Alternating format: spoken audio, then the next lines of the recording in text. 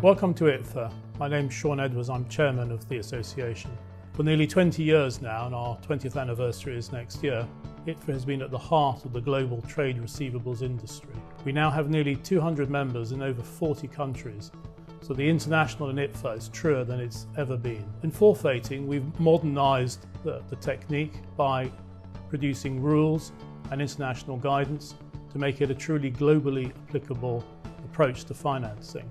The use of insurance and capital relief for banks is now a big issue, and that's led us into lobbying around some very important capital relief CRR issues. Fundamentally, what we exist is to create a community that can both originate assets and trade that risk safely. You could call it enhanced networking because fundamentally at the core, it's all about bringing people together. We move with the times though. Our fintech efforts with our partners, both developers and network operators, have shown our unique ability to reinvent our traditional techniques for the digital era. Combining the best of the old with the promise of the new is part of our vocation and one that we're uniquely placed to deliver. Thank you for listening and enjoy the rest of the video. 2018 is the year when membership increased by 15%. I'm determined to continue building on our professional image. You may have noticed that we have given a facelift to our newsletter. We will do the same with our website in 2019. The number of website sponsors has reached 10. We thank you for entrusting us with promoting your organization. We will launch a new package with sponsorship and newsletter in September 2018.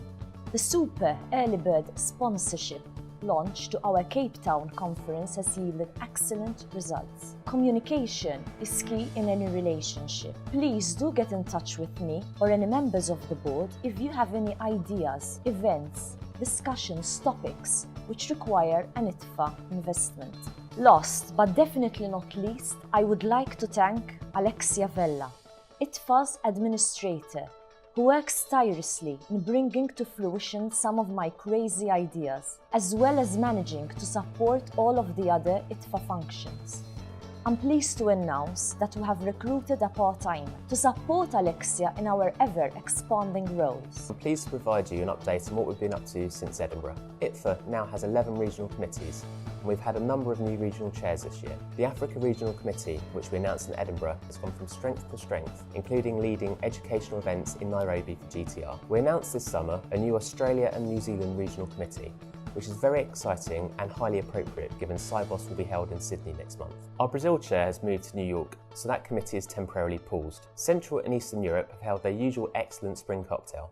The German Regional Committee held a fintech event and their Stammtisch in Frankfurt in June under the new stewardship of Irene Port. Our chairman in the Middle East stepped down this year, and we've been working with the region to reboot the committee. Northeast Asia also had a new chair, and we expect to run an event later this year. The Northern European Committee have been their usual busy selves, hosting various events, with my personal highlight being the Amsterdam Spring Cocktail, while Southeast Asia ran their November 17 event in Singapore, with another one planned for later this year. Southern Europe have an insurance day scheduled for October 18 in Paris, whilst VEFI have also been meeting regularly, including an excellent 40th anniversary celebration near Zurich in August. I also had the opportunity to represent ITFA at the APFA conference in Miami in May, reciprocating their visit to us in Edinburgh. Let me first give you an update of the activity of the Insurance Committee over the last 12 months. The members of the committee remain mostly unchanged, because why change a winning team? But the cooperation is not only great within the team, but also with our partner associations, and here I would like to thank especially Robert Nitschhout from the International Credit Insurance and Surety Association. After having published last year the insurance guidelines, we were kept busy this year mainly with the response to the Prudential Regulatory Authority consultation paper. As soon as the BaFT wording will be out, we will be working on a surety master participation agreement. And of course, we are looking at the impact of Basel IV on our risk mitigation. Concerning the accounts of ITFA, ITFA's budget is growing as we have more members and activity is increasing. For all ITFA members, you'll get the full details at tomorrow's AGM. When I was elected to the ITFA board last year, I was asked to undertake two main tasks: to develop the ITFA Young Professionals Initiative and to steer the association in developing a meaningful representation in the African continent. In November 2017, we created the ITFA Young Professionals Advisory Panel.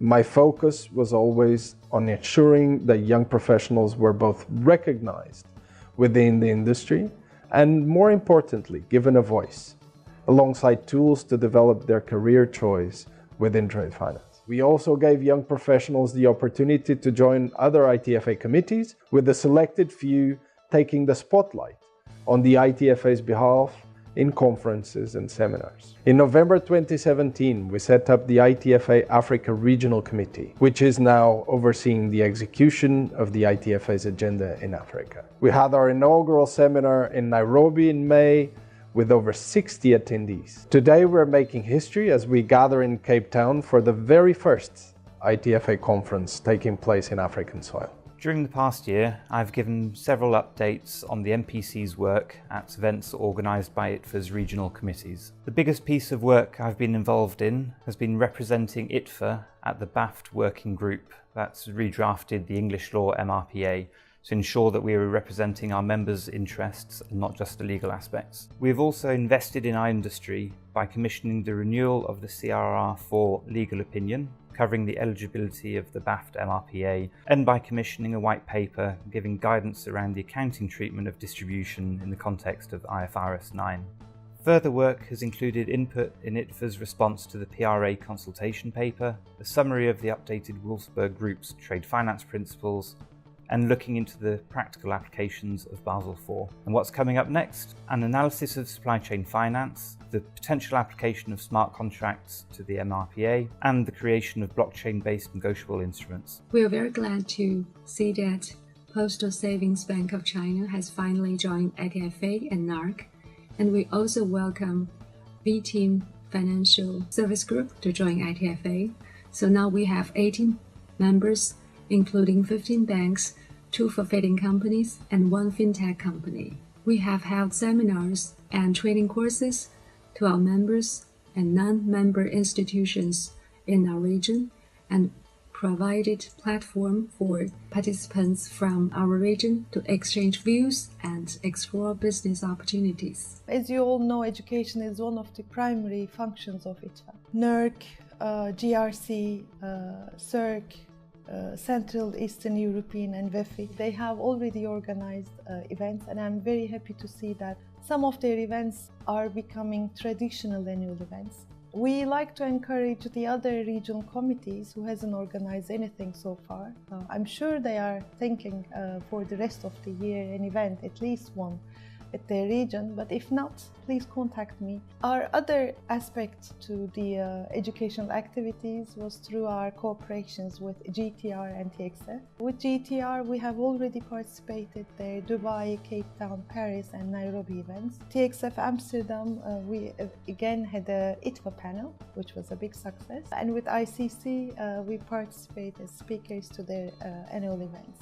It was a great honor for me to join the board of ITFA to cover institutional relations. One of my first assignments was to organize the senior panel discussion, where I had the pleasure to moderate active exchange of views from the senior trade managers from leading banks and insurance companies. Another highlight was being able to organize and host the trade finance seminar at Bank of America Merrill Lynch. We will continue to support such collaborations between ITFA and universities in order to bring more young talent for our industry. In my specific role, I'm looking forward to continuing ITFA's cooperation with other trade experts and institutions such as ICC, BAFT and supranational institutions. One of the forthcoming initiatives is to present ITFA at the 2018 EBRD Trade Finance Forum to be held in Tbilisi in October this year. We're also discussing the opportunity to participate in their other events, including EBRD training course at Joint Vienna Institute next year. We work together to identify the common themes such as supply chain finance, compliance, and de-risking activity that both our organizations will be discussing together and promoting joint actions in support of broader trade goals.